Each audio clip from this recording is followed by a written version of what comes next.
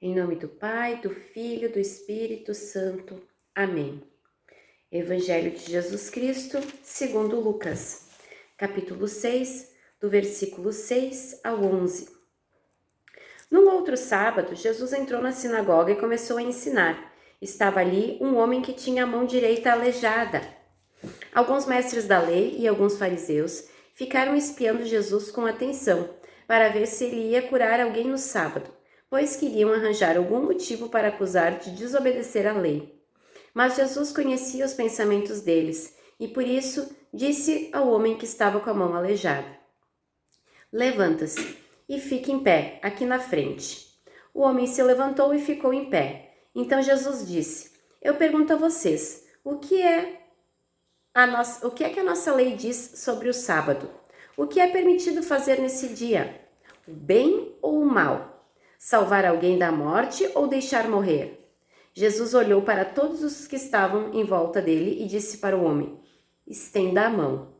O homem estendeu a mão e ele a sarou. Aí os mestres da lei e os fariseus ficaram furiosos e começaram a conversar sobre o que poderiam fazer contra Jesus.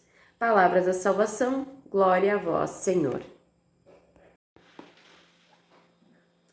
Hoje o que eu queria chamar a atenção é na presença deste homem na sinagoga.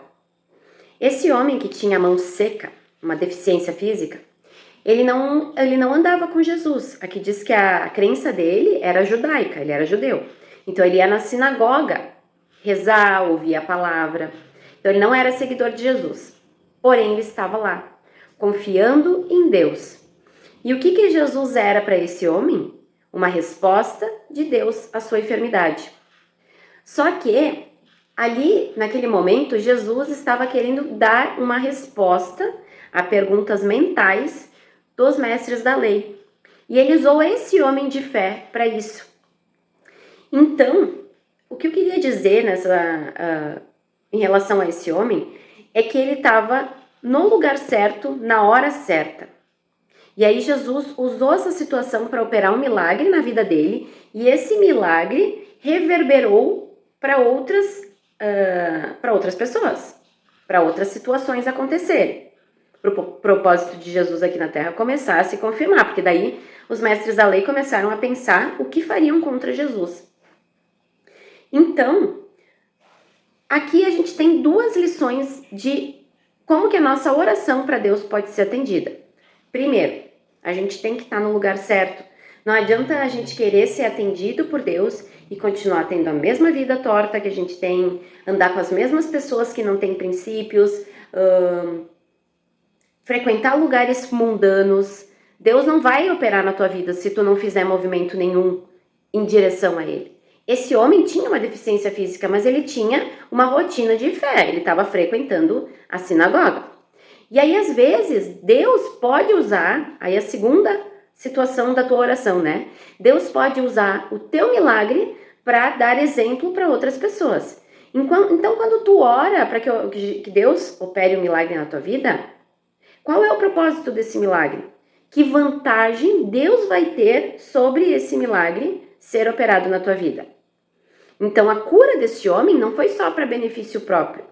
A cura desse homem acabou ecoando no propósito de Jesus na Terra, e para que outras pessoas, com certeza, que estavam lá na sinagoga assistindo aquilo, elas alimentassem a fé delas. Então, o teu milagre tem que ter o propósito de alimentar a fé de outras pessoas, de dar uma mensagem maior e não só benefício próprio. Então, duas formas de dar certo a oração: estar no lugar certo, na hora certa, com as pessoas certas, e geralmente são locais onde a presença de Deus é inundada. E que a tua oração tenha um propósito maior. Aquele teu milagre vai servir para quê? Eu quero que Deus me cure de tal doença, mas tu vai dar testemunho disso depois? Tu vai ser uma mensagem do Evangelho viva? Sabe? Tem que ter um propósito maior.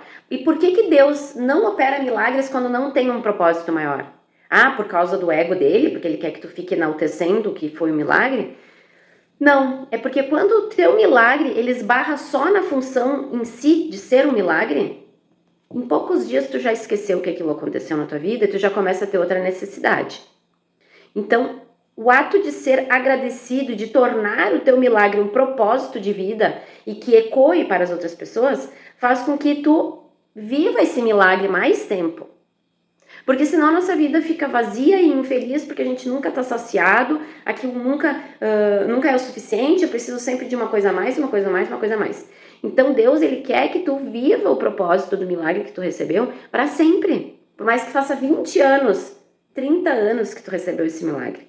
Tu tem que viver diariamente o propósito dele, senão tu vai ser infeliz, tu nunca vai estar saciado. Então, o meu foco hoje, quando eu li logo de cara essa passagem, foi esse homem. Mas eu queria dar uma leve pincelada nesses mestres da lei que estavam na sinagoga. Por que eram chamados de mestres da lei? Porque eles tinham conhecimento e tinham autoridade sobre a lei de Deus. Não era todo mundo que tinha acesso às escrituras assim como a gente tem hoje. Eles tinham que ir na sinagoga para ouvir o que Deus tinha para dizer, porque daí esses mestres da lei que tinham, eles tinham posse das escrituras, eles iam passar a palavra adiante.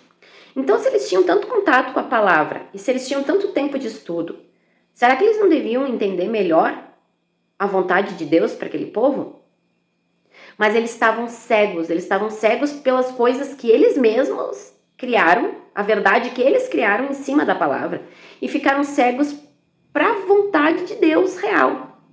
E Jesus veio dizer qual era a vontade dele. E para eles aquilo era um absurdo, uma heresia. Onde já se viu? Curar em sábado. Porque daí eles estavam muito apegados às leis terrenas, às leis mundanas. Deus sim colocou essa regra do sábado, mas ele botou essa regra num contexto onde as pessoas elas eram escravizadas, elas trabalhavam de domingo a domingo. E Deus criou essa lei naquele contexto para que as pessoas pudessem descansar e dar descanso para os seus escravos. Então as leis foram criadas por causa do coração duro do ser humano. Deus teve que escrever com o próprio dedo. A lei de Moisés diz que Deus escreveu com o próprio dedo as leis. Para que as pessoas se orientassem e se tratassem com mais respeito umas às outras. Mas aquele povo endureceu tanto o coração que ele ficou focado na lei em si.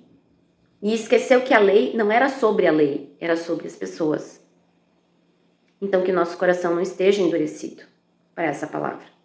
Que a gente esteja no local certo, onde Jesus estiver. Que a gente seja ferramenta para Ele demonstrar o milagre dele para as pessoas. E que o nosso coração não esteja duro para ouvir e entender a palavra dele. E que a gente não manipule a informação da palavra de Deus para o nosso próprio benefício. Porque não é essa a finalidade. Deus não escreveu para ti só. Claro que quando tu lê a Bíblia, ele tem uma mensagem que está dizendo para ti. Ah, eu, Pauline, tirei para mim isso aqui hoje. Deus falou comigo. Parece que ele sabia que eu precisava ler isso. Ok, mas tu vai fazer o que com isso? Não é só para ti. Isso tem que ecoar para alguém. Então que estejamos atentos a essa mensagem. Amém? Deus abençoe vocês. Em nome do Pai, do Filho e do Espírito Santo. Amém. E até amanhã.